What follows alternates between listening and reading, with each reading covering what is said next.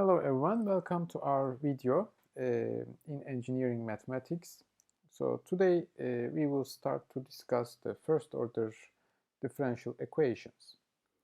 So we start with the basics first. Uh, Here's a definition. An equation that contains a function and its derivative is called as a differential equation.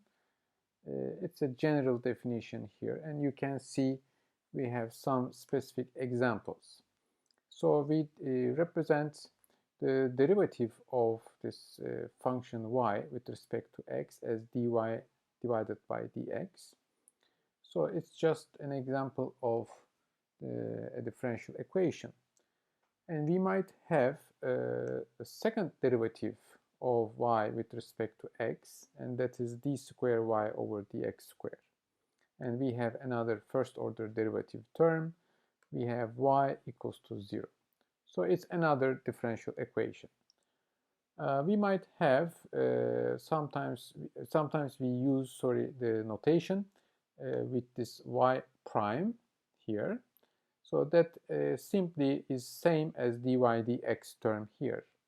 So in some examples we might use this notation or y prime. Basically that's the same. Here's an example. Suppose y prime, which is basically same as this dy over dx, equals to 2xy. So here in this notation, our function y, it's a function of x, and we refer this y as the so-called dependent variable. And x, which can be considered as an input in this function, is usually referred as the independent variable. And if we have this problem here, what you can do, actually, you might know this from calculus, is basically you can collect all the y terms on one side of the equation. So basically you can write this as dy over y. So this is equal to 2x times dx. So instead of this equation here, equivalently, we can write this equation. That's the same. And then, as you notice here, I can integrate both sides of this equation and try to obtain the solution for y. So once we integrate this gives us ln y. And notice that I have some integration constant that is written in the logarithm. Ln is the natural logarithm here. This c is an arbitrary constant. And on the right hand side we have x squared. Actually, instead of writing this as ln c, you can actually have ln y equals to x squared plus the integration constant c. So actually this equation here is identical with this equation, but notice that this c and this c, actually I should call this perhaps with c star, because this is arbitrary constant coming from this integration, and I can make these transformations on c because both of them are arbitrary. We have infinitely many potential values of this c. So instead of writing c star, you can let basically this c star, so it is allowed here, no problem, to say we define this c star as ln of another arbitrary constant c, and then you can go ahead and continue with this equation. So in order to save some steps here, we can directly do this and write this as ln c. So from now on, you can keep in mind that as long as we have this arbitrary constant from integration, we can apply a one-to-one transformation on this constant. If you want to use ln, you can write it as ln natural logarithm of c. Or if you need an exponential, you can let c star equals to exponential of c. It doesn't matter because C and C star, as long as you give me a C star, I can find the C.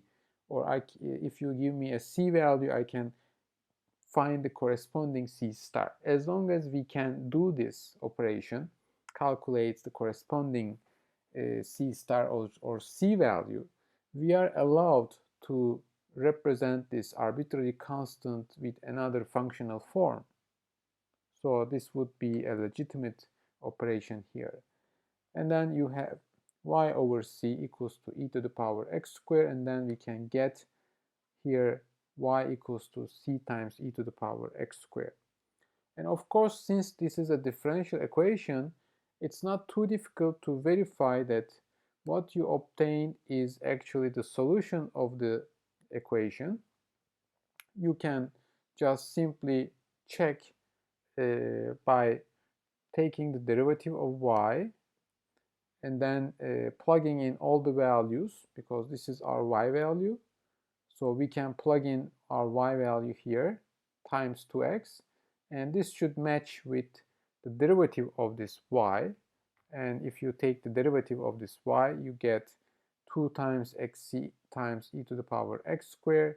So yes, both sides match with each other.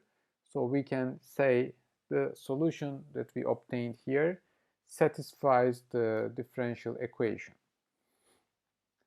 And also in our course in engineering mathematics, we do not discuss the partial differential equations in this current module, but we will focus on ordinary differential equations. So basically, if we have some partial derivatives of a function like this, and usually in various physics applications you might have this type of partial differential equation that is given like this, where you take the partial derivative of a function u with respect to x or with respect to some other variables of the function.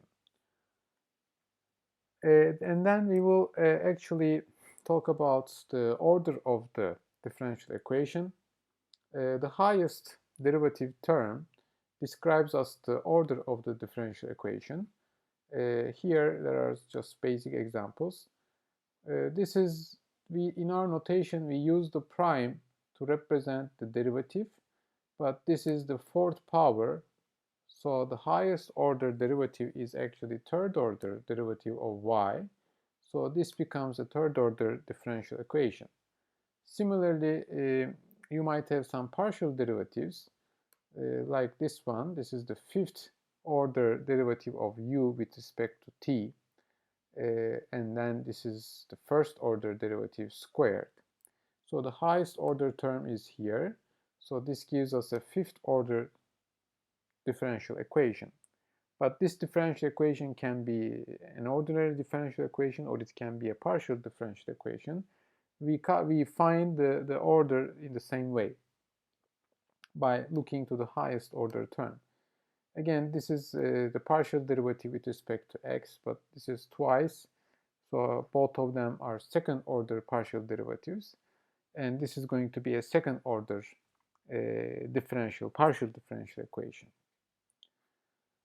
We can represent in a general form if we have a function f here which depends on the independent variable x, our y, the derivative of y, second derivative, all the way to the nth derivative can be written in the general form, and this is equal to 0. So this gives us an nth order differential equation.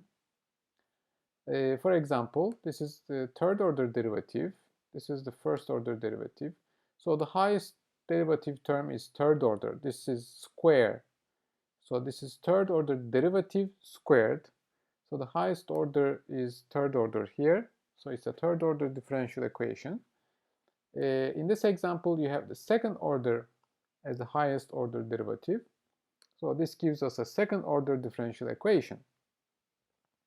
Now, what about linear and nonlinear separation of these equations? Can we describe which one is a linear and which one is a nonlinear differential equation easily? And the answer is yes, because if we have all the y terms in a differential equation are linear with respect to y itself and its derivatives up to nth order. If all these terms are linear, then it's a linear differential equation. But if we have some nonlinear terms, then we will call this equation a nonlinear differential equation. And again, with some basic examples, we can check. For example, in the first equation here, this is linear, and this is linear expression. So all the y terms I have in this equation are linear. And the highest order derivative is 2, so it's a second order linear differential equation. And similarly, if you look at the second example, the highest order is third, so it's a third order equation. And then this is linear, and this is linear. So all the y terms are linear. It's a linear third order differential equation. So notice that if we have some expression, for example, y cubed, y prime squared, or some cross multiplication of y prime, y double prime, y prime multiplied with the nth order derivative, or we might have some trigonometric expression in y, or some exponential, square root, natural log. All these are nonlinear expressions in y. So this will give us a nonlinear differential equation. And again, some examples. This is linear, so it's a second order linear. Another example, again, we have linear terms in y. It's a linear differential equation. But here we can see that this term here gives us nonlinearity. Or we have some cosine of y, again nonlinear. So these are nonlinear examples.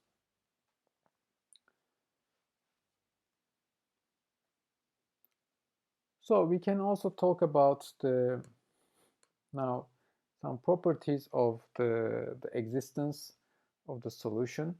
For example, again, this is our general notation to represent the nth order differential equation. And we will suppose our domain for x is, or the support of this x input, independent variable, is defined from alpha to beta. So it's an open interval where this x is defined. And then now suppose this y represents ux is a solution of the equation.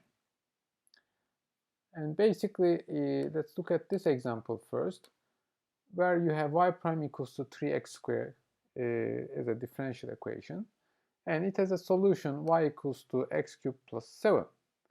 Now, this is a solution, but we can write the general solution for this equation as x cubed plus c, where c is again arbitrary constant. Or similarly, you can check y1 equals to cosine 2x and y2 equals to sine 2x. Both of these expressions, they satisfy the differential equation. So they are solutions of this equation. And you can easily verify this by taking the second derivative and plugging in the equation. You can check we satisfy the original equation. So y1 equals to cosine 2x is a solution. y2 equals to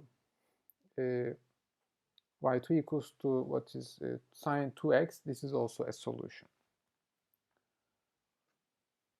Similarly, we can always verify if we have a solution candidate. I mean, we can verify and show that it is actually satisfying our differential equation.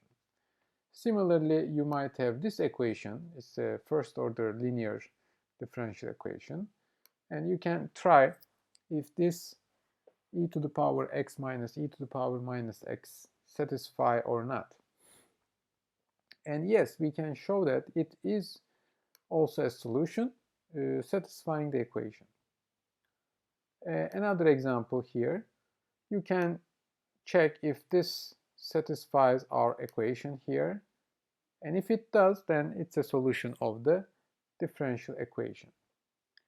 Now we have to separate this concept of general versus special solutions for our differential equations. So we might have an equation. This is a first order derivative of y with respect to x given as f of x.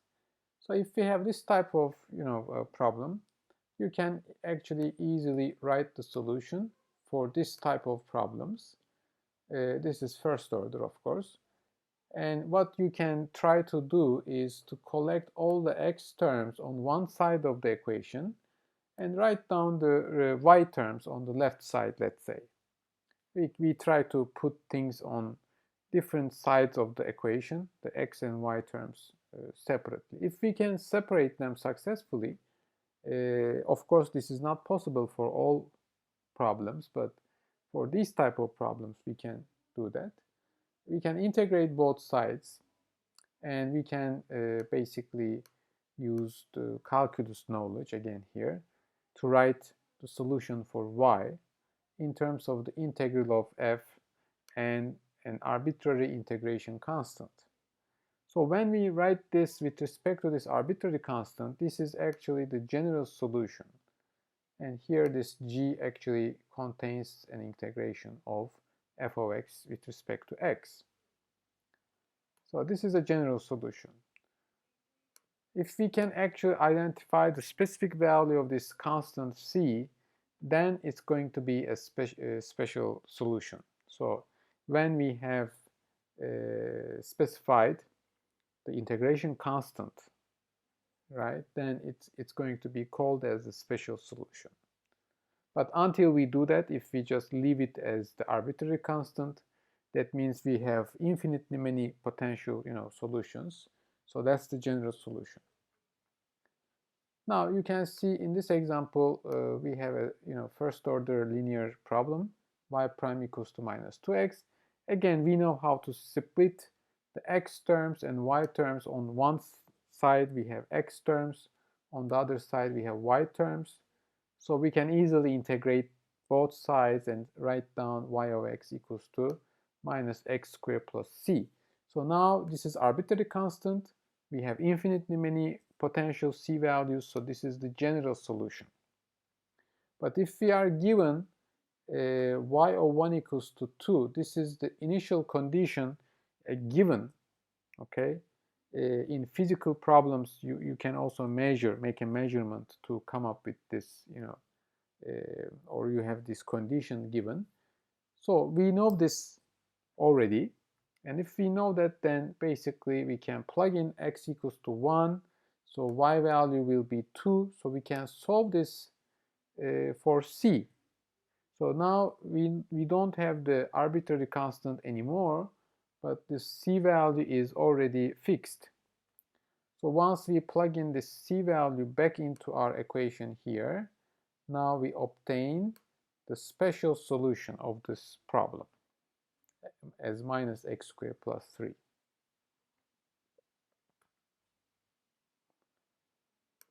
You can also draw actually the solution geometrically. We can plot it, or we can draw by hand. Basically, since the general solution tells us y equals to minus x squared plus c, depending on the values of c, we end up with different curves, okay? For example, this first curve is for c equals to 1.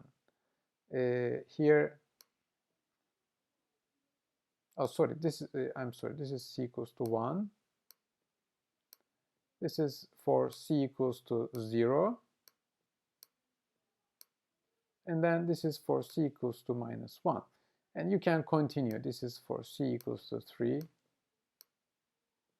And we can draw actually more of these curves like this.